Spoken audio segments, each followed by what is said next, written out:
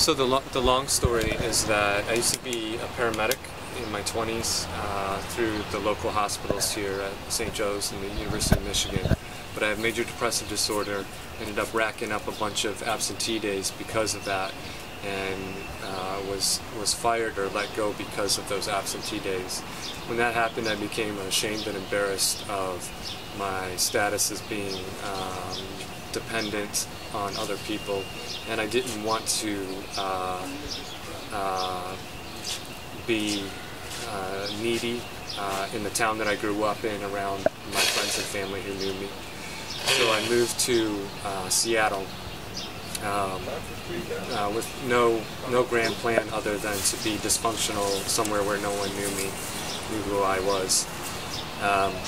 While I was out there, I had a chance to live inside of Tent City 3 and Tent City 4, and then I was hired on by the nonprofit to be their organizer.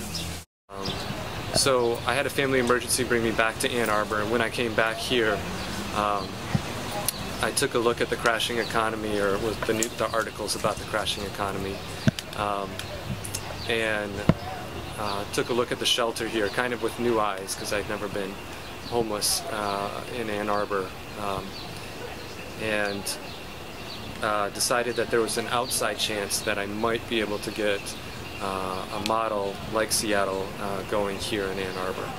So I decided that I would start by camping outside by myself and inviting people who don't have a place to stay to camp with me. The very first one is just a super small plot of land that's developed all around it.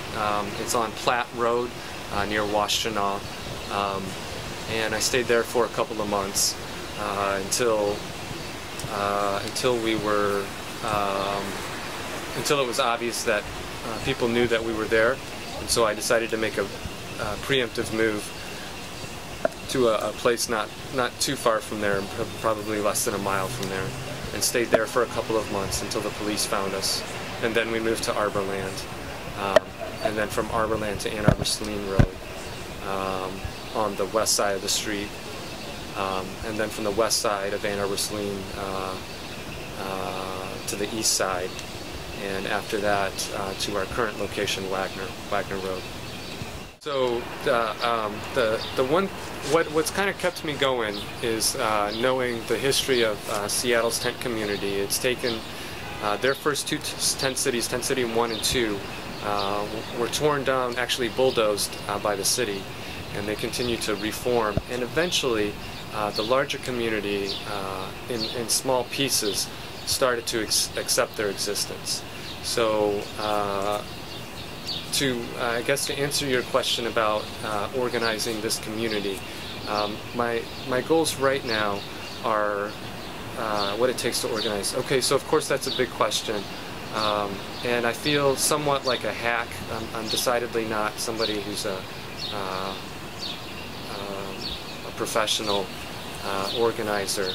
So I would say the things that I attempt to do is encourage people to participate in the democratic process of ruling themselves. So as much as possible, I try to step away from the decision-making role and give that to the people within the community. So I think that the reason sometimes you get a city response as the homeless community organizes is just has to do with visibility. So when you're not, the net number of homeless people may be the same whether you're organized or not, but when you start coming together, it becomes seeable to people passing by, and that's what triggers phone calls and fear, is the seeable nature of homelessness. Whereas when you encounter just an individual, a couple, a small group, you don't necessarily feel like the problem in your city is a weighty one, but seeing it in aggregate triggers a lot of people's anxiety. I want to start by first saying that An organized tent community often can only accommodate people that are socially appropriate, and many of us, I guess, have mental health issues of one kind or another, and substance abuse issues.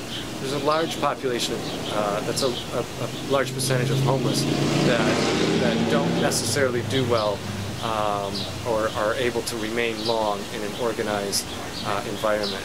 So I feel like the shelter continues to be a prime place for the only place for some people to receive help.